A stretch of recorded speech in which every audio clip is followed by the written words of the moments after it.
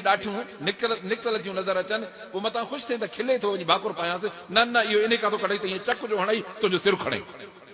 हे school school तूं पंहिंजे मथां मरहमत न सम्झजांइ इहो इहो अथई त तोखां इस्लाम खसे तोखे निरो बेग़ैरत काफ़र बणाईंदई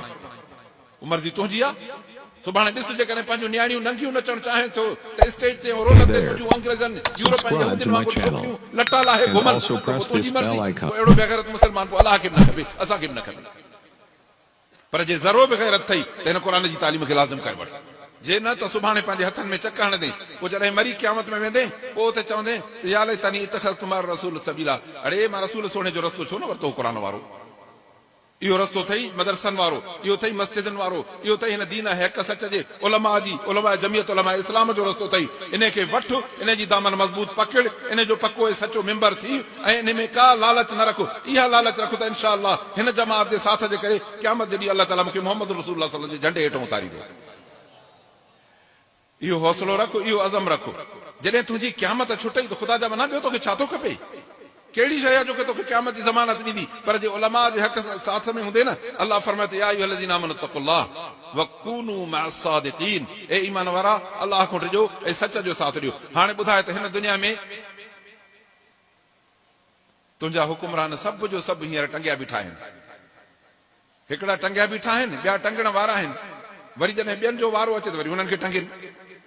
बाक़ी जेकॾहिं बचनि ई था तुंहिंजी उलमा जी जमात थी बचे अल्हम्दुलिल्लाह अल्हम्दुलिल्लाह अल्हम्दुलिल्लाह जे बचे थी त रुगो उलमा जी जमात थी बचे इहा उलमा हक़ जी जमात थई सॼी दुनिया में तंहिंजे करे इन जो मेंबर बण इन जा हथ मज़बूत कर हिन जे लाइ न त तूं जमात ते एहसान कंदे पर हिन जे लाइ त अल्लाह तो ते एहसान कयो आहे जो इन जमात जो मेंबर थो बणिजे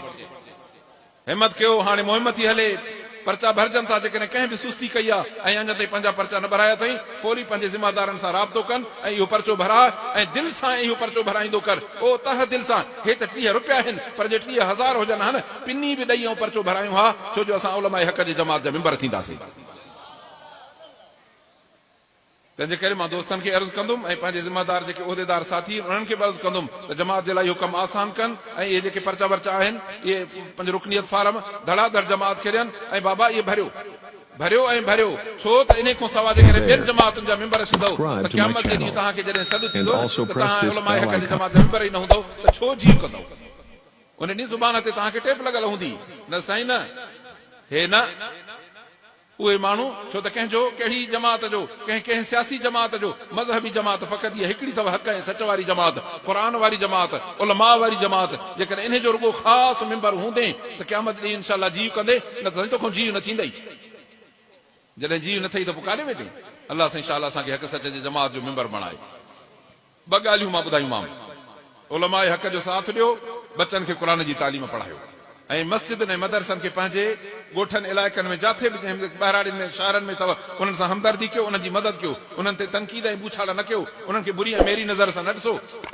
बल्कि अञा कचाई कोताही हुजे त हिमत करे उनखे खणी रवानो करे छॾियो अल्लाह सुब्हानहू तआला असांखे हक़ जी जमात सां ऐं हक़ वारनि सां हमेशह साथ रहण जी तौफ़ीक़ अता फरमाए मां